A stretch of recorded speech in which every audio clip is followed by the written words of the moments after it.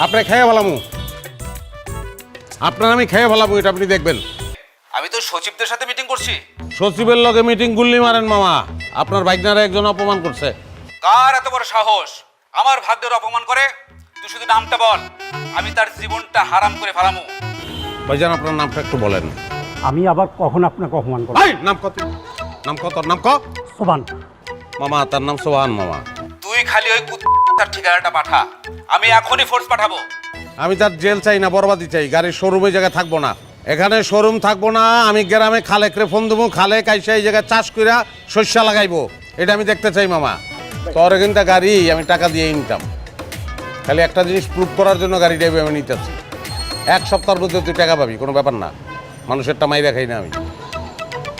তোর আচরণ খুব খারাপ, মানুষে মানুষ করস না, মানুষের দিল বুঝোস না তুই। স্যার আমার ভুল হয়ে গেছে, আমি চিনতে পারি না স্যার। তোকে টাই পরা লোকজনের বহুত বেদাল রে, তোরা মানুষ বুঝোস না। স্যার আপনার যে এত ক্ষমতা আমি বুঝতে পারি না। তোরা টাই দিয়া খালি আমি আর ভুল গলায় করবো না। ফাঁসি লাগাস না, তোকে কলজায়ও ফাঁসি লাগাই দেস। মায়া মমতা নাই তোকে।